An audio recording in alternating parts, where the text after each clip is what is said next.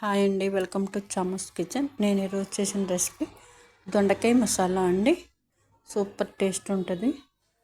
దొండకాయలు 1/2 కిలో తీసుకున్నాను. Medium size ఉల్లిపాయలు 2, ఒక గుప్పెడు పల్లీలు, కొబ్బరి ఒక 2 ఇంచెస్, పల్లీలు మామూలుగా వేపి పెట్టుకున్నానండి.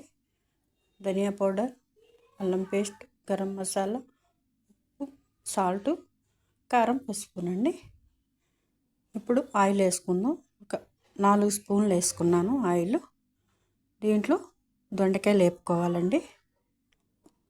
కొంతమంది దొండకాయలు కట్ చేసుకుని 4 పక్కల ఈ మసాలా ఫిల్ చేస్తారు. అలా అవసరమే లేదండి అసలు. ఇది చాలా తక్కువ టైంలో అయిపోతుంది. ఇప్పుడు పల్లీలు, ఉల్లిపాయలు మిక్సీ పట్టుకుందామండి. కొబ్బరిని కొంతమంది ఎండు కొబ్బరి కూడా వేసుకుంటారు, అదేనే వేసుకోవచ్చు. నేను పచ్చి కొబ్బరి వేసాను. మిక్సీ పట్టుకోవాలి మెత్తగా అండి, మరీ మెత్తగా వద్దు, ఇలా పట్టుకుంటే సరిపోతుంది. ఇప్పుడు దొండకాయలు మంచిగా వేగేటట్టు చూసుకోవాలండి.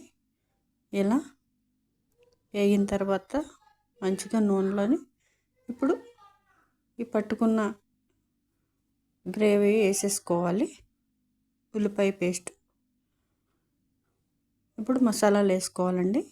ధనియా powder spoon, garam masala spoon, అల్లం పేస్ట్ 1 స్పూన్ అండి, కారం తగినంత, పసుపు స్పూను, సాల్ట్ గరిప్పు తీసుకున్నాను, అది తగినంత. ఇప్పుడు మంచిగా సిమ్లో పెట్టుకొని మంచిగా మగ్గబెట్టుకోవాలి. ఉప్పు కారం మంచిగా పడుతుంది. కరివేపాకు రెమ్మలు 4 వేసుకుని మంచిగా మగ్గబెట్టుకోవాలండి. ఇలా 1 మినిట్ ఉంచుకొని వాటర్ పోసుకోవాలండి. మిక్సీ గిన్నెలో కొన్ని వాటర్ పోసుకొని కొంచెం మసాలా అనేది ఉంటుంది కదా, ఉల్లిపాయల పేస్ట్ దాంట్లో పోసుకొని కొన్ని వాటర్ పోసుకొని అది వేసుకొని ఇంకా కూడా కొన్ని వేసుకోవాలండి. ఇలా విజిల్స్ ఎక్కువ రానిచ్చుకోవాలి కదా. ఆల్మోస్ట్ కొంచెం ఉడికిపోతాయి నూనెలో.